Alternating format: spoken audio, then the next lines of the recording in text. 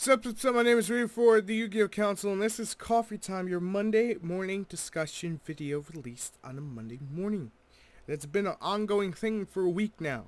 Now, before we go into today's topic, which is your title right now, should Konami make a budget set? Yes, and there's actual reason I'm talking about that, and how it would basically, be a good thing, a negative thing, just everything in the middle.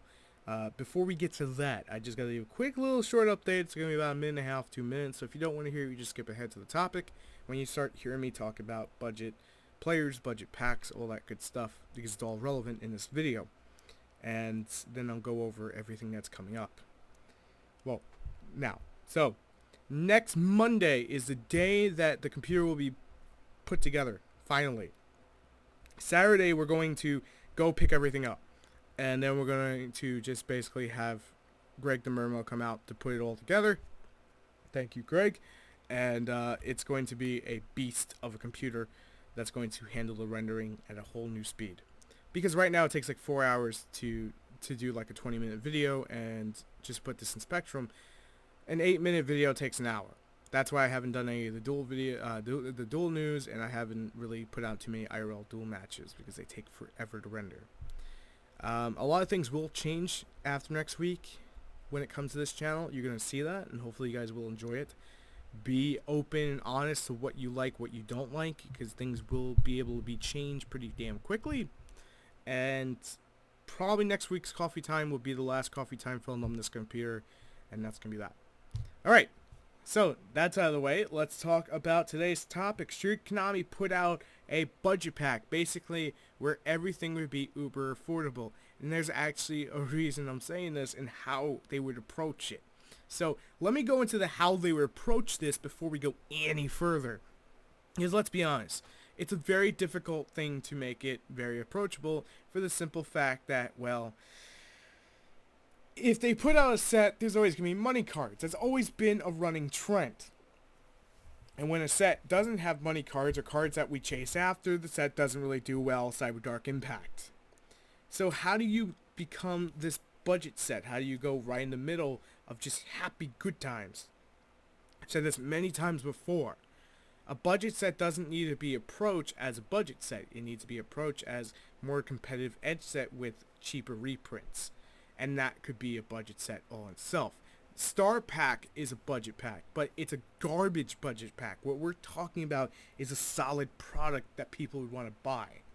And when I say that, 99 cents shouldn't get me the freaking just reprints of trash. I'm sorry. Or the Duelist packs, $2, reprints of anime stuff. And to those who want it, please do not take offense to this video, but we're talking about budget players who want to play more competitive edge. And we're going to go back to that in a second.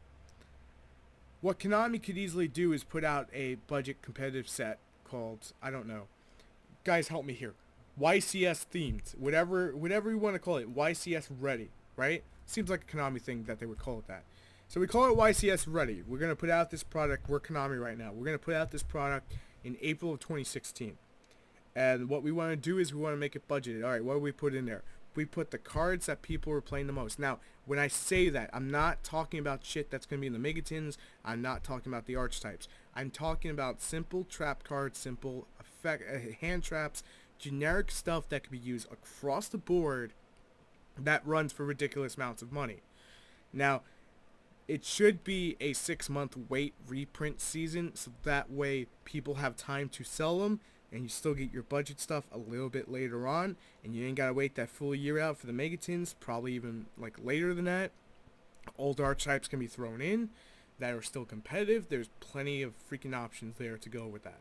Chaos Dragons are a good example. They're really freaking good. Lighthorn are a good example. There's probably like 30 other decks I can't think off the top of my head. So, Ring of Destructions, Raigekis are $10 a piece. Budget players, when we sit down and we look at a budget, you're not going to want to spend $10 on one single card. You want to get the most bang for your buck. Because say you have $60 to spend and you need, let's say, 40 cards, 15 card extra deck sleeves, and a deck box, you're kind of pushing it unless you play Chain Burn. Now, some of you will disagree with this video and say, Well, fuck you, Ryu, for saying there needs to be a budget set. Screw the people who can't afford it. I don't believe in that. This channel was founded on making sure that every Yu-Gi-Oh player got a voice. Every walk of life Yu-Gi-Oh player. That includes people who play casual, people who play in the middle, like you, maybe you, definitely me, definitely probably Mikey, and people who play uber competitive. When you play uber competitive, you're like YCS level stuff, regionals, things of that sort. I want to make sure everyone gets their time in the spotlight. And today it's budget players. So, be respectful. Now, if Konami was to do a budget pack, I'd be okay with it, but there is a downside, and it's for Konami more than anyone, and probably the people who want to sell cards again. If a card is easier to get, people are not going to go out, and there's not going to be a giant demand for it. But then again, things like Effect Valor, who've gotten reprints a couple times, or Mirror Force for a long while, gotten so many reprints to the point that they were dollar cards. Well, Effect Valor's not there yet, but it will be. That's my point. There's easy to get cards that are like, you and me spend $10, but if you're budget building, that is not going to be an easy $10 to go, because you want to get the most bang for your buck, as I said in the beginning of the video. So, Raigekis, Effect Valors, Maxis, Dragosacks, Big Eyes, these are things that are not commonly used in the meta number one. Some of them are. Not commonly used to the point where they run up the price through the roof, and could use the reprint for people who can't really always, nab the higher end stuff, the $10, whatever it is, they're building out a budget, then that's definitely something that would help them out. And that's definitely something Konami should look at, but they don't. They look at two spectrums. They look at the casual and the competitive market. Now, you strike down the middle with both of those. Great. Now it's time to look at the super high-end price and the low-end price. So that way, everyone in the middle can choose which product they want to buy and go from there.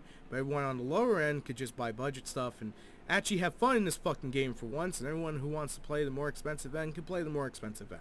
We're not dividing, we're conquering. That's the theme of that whole thing there. Konami has a good head on shoulders when it comes to the company and what they do. I will give them that every time. I will give them that much. Because they've kept this game afloat for so many damn years, regardless how many times we go, I hate this set sucks. Oh, the game sucks now, but the game's still going, ain't it? Okay then. So, what I'm trying to get at here completely is that Konami needs to come out with a set that is basically budget focused. $2 to $3 most, maybe $1 per pack. And you get like 5 cards in there that are all really good cards. Whether it be like Thunder King Ryos, or freaking Effect Valors, Maxis, Raigekis, Dark Holes, Torrential Tributes, Mirror Force, Venus Chain, Breakthrough Skill. There's plenty of options there that are not uber expensive but could use it.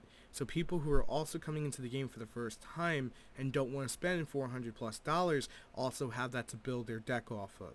So that way when they go out and they buy the Synchron Extreme deck, and it says, hey, you need this card, that card, you could just go there and get it really quickly, really easily.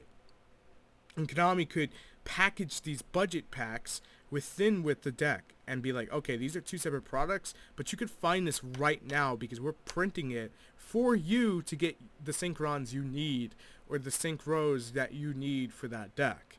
And then this would allow Konami to play around with the ban list just a little bit more in older decks that basically haven't seen the light of day in ages, like Trishulia, just got the reprint, could easily get a reprint there, and there's demand for it. The higher end players will go and buy it. They're going to sell it to the lower end player, the budget players, and so sell it at a lower end price because they don't want those cards. They're just trying to get to that Trishulia.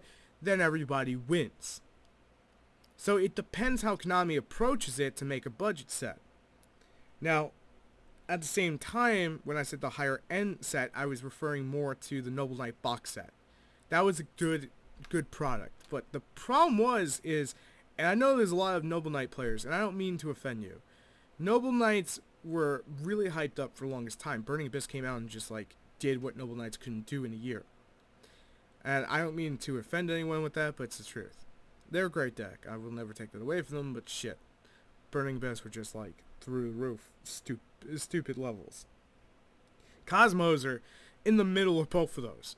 So what I'm trying to say is they need to make more box set products for the people who want to buy box sets. I like that whole thing. It could have been done a little bit better. It just seemed like an overpriced structure deck to me. Because you had to spend $90. But you know what? For that $90, you did get pretty damn good value in that. So I can't even bitch. I really can't. And the fact that everything was shiny, if they didn't make it that ugly shiny, I'd be okay with that. But that's another video for another time. Now, if Konami was to make this budget set, hypothetically, there's a lot of ways to approach this budget set because you can constantly come out with new ones and then just cycle them in and out. And then you can use that like Battle Pack. No, let's not talk about Battle Pack. Let's not. Yu-Gi-Oh! Doesn't need draft. I'm sorry. That's a different topic for a different video. It just doesn't. What I'm getting at, though, completely to the video, the heart of the video, what I'm getting at, is that there are budget players out there. They would like to play like what, you know, everyone else wants to play. That's perfectly fine. But high rarities hurts the game when it comes to that. And then we lose some players for it.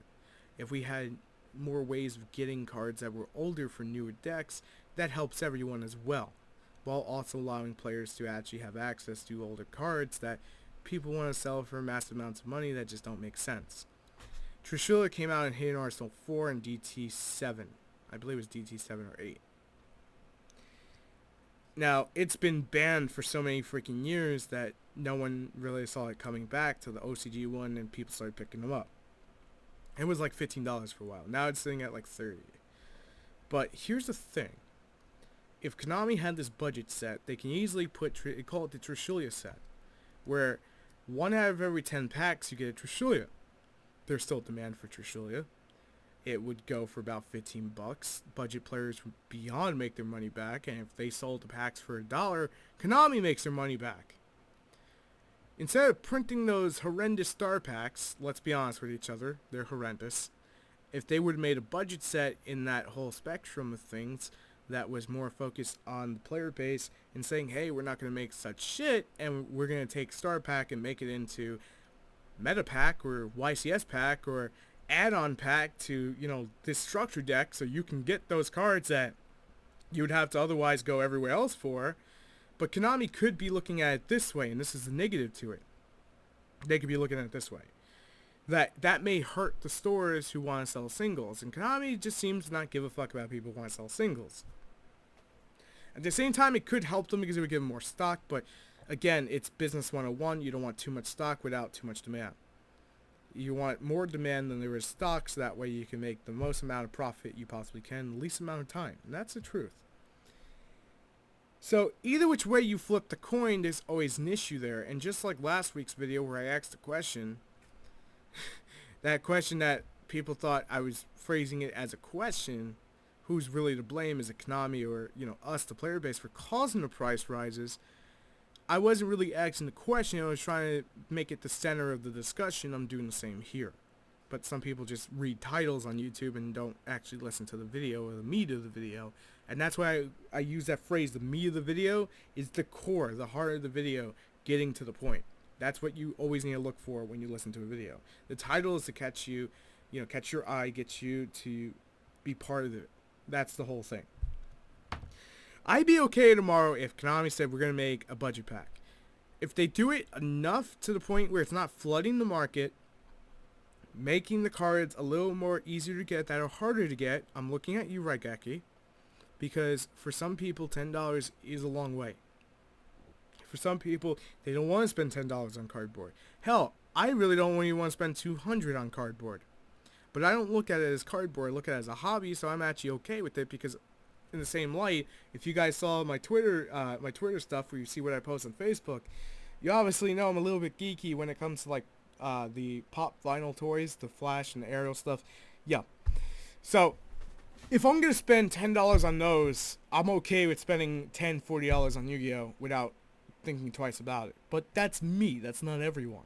That may not be you. So Konami should appeal to every single player. Konami should have access to every single player. The nostalgia factor was cool. Having that Duelist City pack was dope. I won't lie. Having Clash of Rebellions with a nice rarity, so when I go and buy a box, was nice. But at the same time, some of those rarities are just really stupid. I'm just saying how it is. And the other thing, if they were to make that budget pack, it needs to be done right. Not every single, time. Here's a budget pack. Here's a budget pack. Here's a budget pack. It's got to be spread it out. Like every 3 months. 1 month is main set. Next month is budget set. Next month is whatever in the middle. Excuse me. Or you could put the budget set 2 weeks after the main set comes out as an extra edition set, where basically you reprint things that need the text upgrades, things that, like Regeki, they're always playable when they're legal, things like Tristulia that may be somewhat playable or may not be playable depending on the deck you're playing, or things like Glow Up Bulb, which still have some trade demand. And you can easily make those as rares and holograms and everything like that as you did with the Duelist pack and charge $2 for it, and that way people on a budget can actually play this game a little bit more as well. And people who don't have a budget can just do as they've done. And they'll have more access if they want to build more decks. They have more access to those Raigekis, those Torrential Tributes. They don't have to pay another $10 for it. They could just go and get it for $5. I think for all of us, when you spend money, having it at the lower ends while still getting the same product in the same quality is a win-win regardless. Regardless where it comes from, that's a win-win. Thank you guys for watching. I'm going to end it on that. Let me know what you think. Should Konami put out a budget pack set? Should that be a thing? Should they do it? How often should they do it if you think they should? If not, tell me your reasons why in the comment section below. And let's create a discussion pool with each other. I'm Ryu for the Yu-Gi-Oh! Council. Thank you so much for watching. I'll catch you later.